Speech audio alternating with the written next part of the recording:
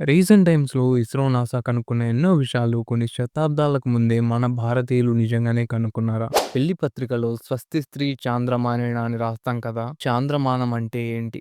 లగ్నం అంటే ఏంటి? వీటిని ఎందుకోసం ఉపయోగించేవాళ్ళు? ప్రతి 12 సంవత్సరాలకు ఒకసారి చేసే కుంభమేళా ఎందుకు చేస్తారు? మనం చిన్నప్పటి నుంచి విన్న బట్టి విక్రమార్క కథలు నిజమేనా?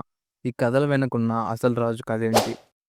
కొన్ని వేల కిలోమీటర్ల దూరంలో ఉండే నక్షత్రాలు, గ్రహాల గమనం గురించి పంచ సిద్ధాంతం మరియు బృహత్ సంహితలో ఏమని రాశారు? వీటన్నిటికీ ఉజ్జయినికి ఉన్న సంబంధం ఏంటి?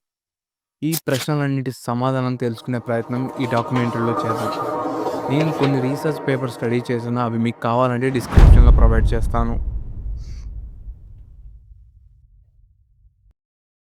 కొన్ని వేల సంవత్సరాల చరిత్ర గల మన భారతదేశ చరిత్రను అర్థం చేసుకోవడం చాలా కష్టం కాబట్టి 57 బీసీ విక్రమాదిత్య టైం నుంచి తెలుసుకునే ప్రయత్నం చేద్దాం. భవిష్య మహాపురాణం ప్రకారం పశ్చిమాన సింధు నది, దక్షిణాన రామసేతు, ఉత్తరాన బద్రీనాథ్, తూర్పున అస్సాం సరిహద్దులు గల ఒక సువిశాల సామ్రాజ్యం విక్రమార్కుడిది. ఈ సామ్రాజ్యానికి ఉజ్జయిని మహానగరం రాజధాని. విక్రమాదిత్య మహారాజు 57 బీసీలో విక్రమ్ సంవత్ అనే కాలమానం, సింపుల్గా చెప్పాలంటే క్యాలెండర్ని స్టార్ట్ చేశారు.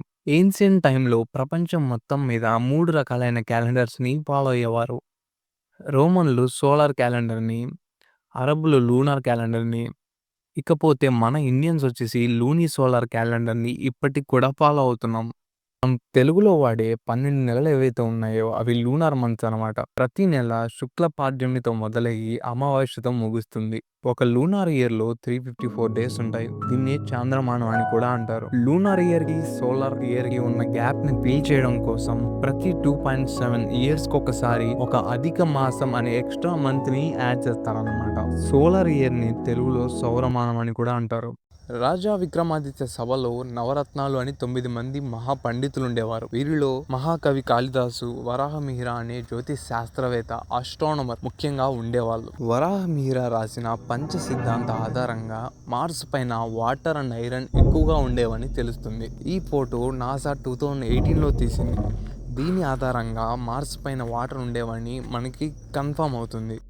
వరాహమిహిర రాసిన బృహత్ సంహిత ఏదైతే ఉందో ఆ బుక్ మొత్తం కూడా జూపిటర్, ఏదైతే మనం తెలుగులో బృహస్పతి అంటామో దాని గురించే రాశారు. ప్రతి 12 సంవత్సరాలకి బృహస్పతి సూర్యుడి చుట్టూ ఒక ఆర్బిటల్ సైకిల్ ని కంప్లీట్ చేస్తుంది. ఆ టైంలో స్పేస్ నుంచి వచ్చే highest amount of positive cosmic ఎనర్జీని అబ్జర్వ్ చేసుకోవడం కోసం కుంభమేళా అనే ఈవెంట్ ని చేస్తారు. కుంభమేళా 2000 సంవత్సరాలకు ముందు నుంచి చేస్తున్నారన్న హిస్టారికల్ ఎవిడెన్సెస్ కూడా ఉన్నాయి. అలాగే వరాహమిహిర గట్టి యంత్ర అనే ఒక పాట్ లాంటి స్ట్రక్చర్ ని టైం ని క్యాలిక్యులేట్ చేయడం కోసం వాడేవాళ్ళు. దీన్ని మనం తరచుగా శివలింగం పైన చూస్తూ ఉంటాం. ఇలాంటి స్ట్రక్చర్స్ ని మనం ఆయుర్వేదాలో కూడా గమనించవచ్చు. అలాగే వరాహమిహిర గ్యా, కోగ్యా అనే 2 ట్రిగోనామెట్రిక్ టర్మ్స్ ని కనుక్కున్నారు. They are equivalent to the sine and cosec that we use today. ఈ ట్రిగోనామెట్రిక్ టర్మ్స్ తో ఎర్త్ అండ్ ప్లానెట్స్ మోషన్స్ ని, బిహేవియర్ ని ఎస్టిమేట్ చేసేవాళ్ళు. ఇలా ఎందరో మేధావుల టెక్నాలజీకి ఉజ్జయిని సెంటర్ గా ఉండేది కొన్ని శతాబ్దాల పాటు. ఇంకొక ఇంట్రెస్టింగ్ అయిన విషయం ఏంటంటే ఉజ్జయిన్లో మంగళనాథ్ మందిర్ అనే ఒక టెంపుల్ ఉంటుంది. స్కంద పురాణం ప్రకారం భూమి నుంచి మార్స్ ఇక్కడి నుంచే పుట్టిందని నమ్ముతారు.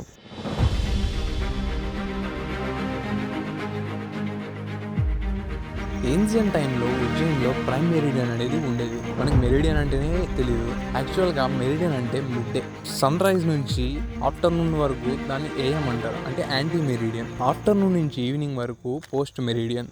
ఎర్త్ మీద సన్ రైజ్ అనేది డిఫరెంట్ టైమ్స్లో డిఫరెంట్ ప్లేసెస్ జరుగుతుంది కాబట్టి ఈ మెరిడియన్స్ ఆధారంగా టైంని క్యాలిక్యులేట్ చేయడం కోసం వాడేవాళ్ళు. ప్రైమ్ మెరిడియన్ దగ్గర నుంచి మనం టైంని ఎస్టిమేట్ చేయడానికి డిస్టెన్స్ని క్యాలిక్యులేట్ చేయడం కోసం వాడేవాళ్ళు. ఈ ప్రైమ్ మెరిడియన్ని 0 డిగ్రీ మెరిడియన్ అంటారు.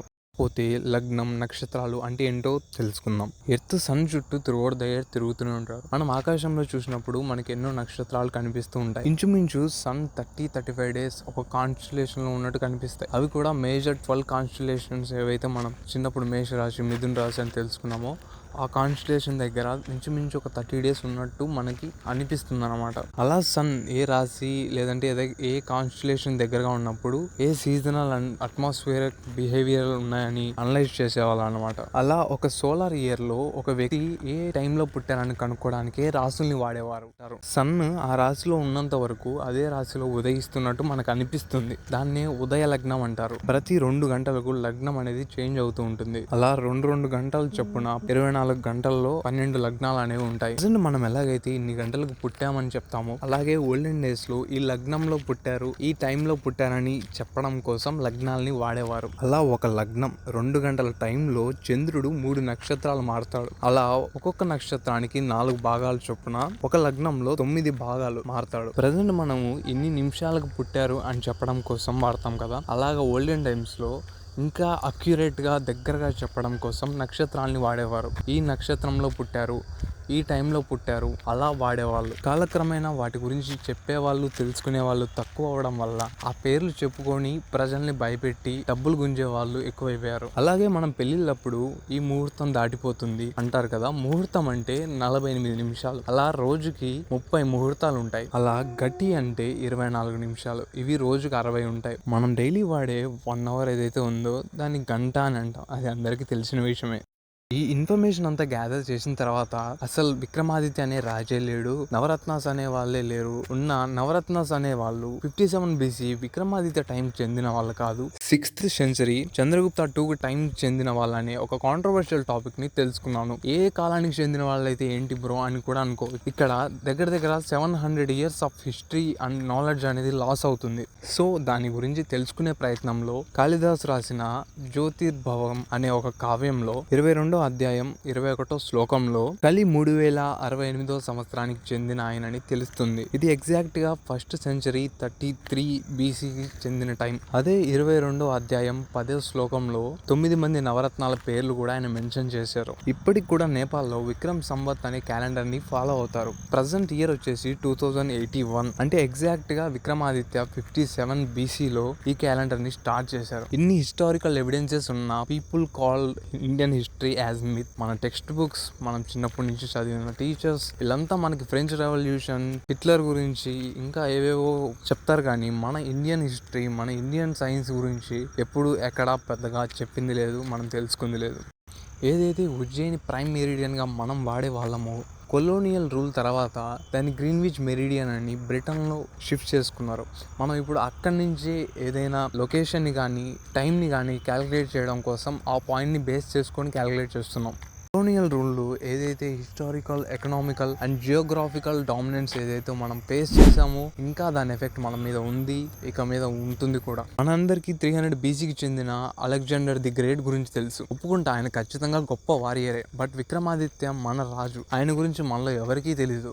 మనకే మన సైన్స్ అండ్ హిస్టరీ గురించి ఏం తెలియకపోతే మనం నెక్స్ట్ జనరేషన్కి ఏం చెప్తాం? We just pass the question mark to the next generation అంతే. ఈరోజు రేపు చాలామంది ధర్మ గురించి మాట్లాడతారు. ధర్మ అంటే ఏంటి? Simple, we should protect our knowledge and wealth. దాన్ని నెక్స్ట్ జనరేషన్కి అలాగే మనం ట్రాన్స్ఫర్ చేయగలగాలి. అదే ధర్మ. దాన్ని ఎప్పుడైతే మనం అలా చేయలేకపోతామో ధర్మ గురించి మాట్లాడి వేస్ట్. నేను కంక్లూజన్ ఇంకా పొడిగించాలనుకోవట్లేదు. మీకు ఏదైనా పాయింట్ అర్థం కాకపోతే కమెంట్ చేయండి. I try to help you. Thanks for watching. జై హింద్.